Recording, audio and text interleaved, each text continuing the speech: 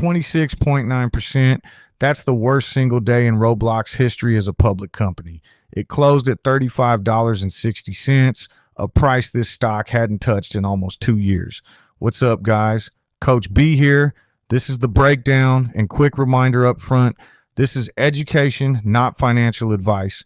I'm not telling you to buy Roblox or short it. I just want to show you how the market actually reprices a stock like this, because there's a lesson in here that most people watching the headline completely miss. Let's look at the whole slide first. At the start of July, Roblox was trading around $58. It drifted down through the month.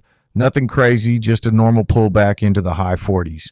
Then on July 31st, it gapped down and cratered, opening near 39 and closing at 35.60 on volume, nearly 10 times a normal day. That single red candle is bigger than the entire month that came before it. So what actually happened? Roblox reported second quarter earnings that day.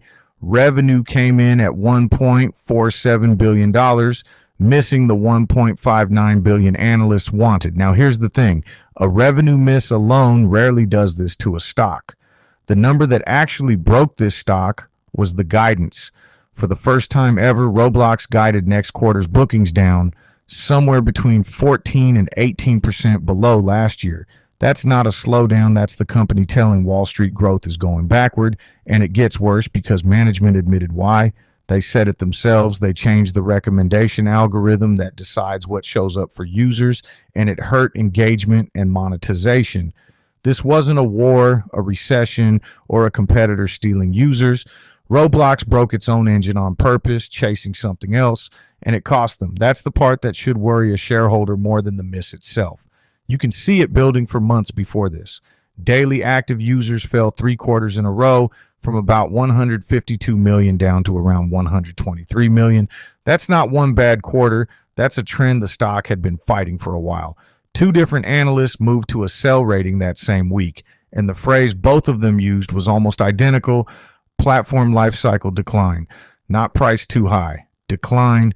Here's the lesson: when a growth stock misses on revenue, the market usually shrugs, because one quarter doesn't change the story.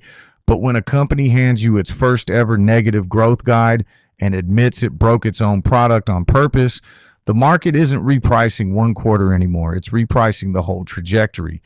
That's why this stock didn't drop 5 or 10%. It dropped 27 in a single session. Now let's look at what the options are actually pricing after a move like that. The August 28th chain, 27 days out.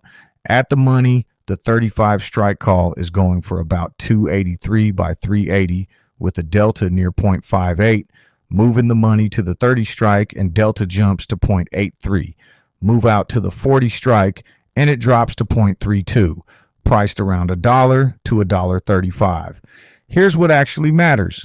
The implied volatility on this chain is running in the high 60s near the money and climbing into the mid 70s further out. Either way, that is elevated.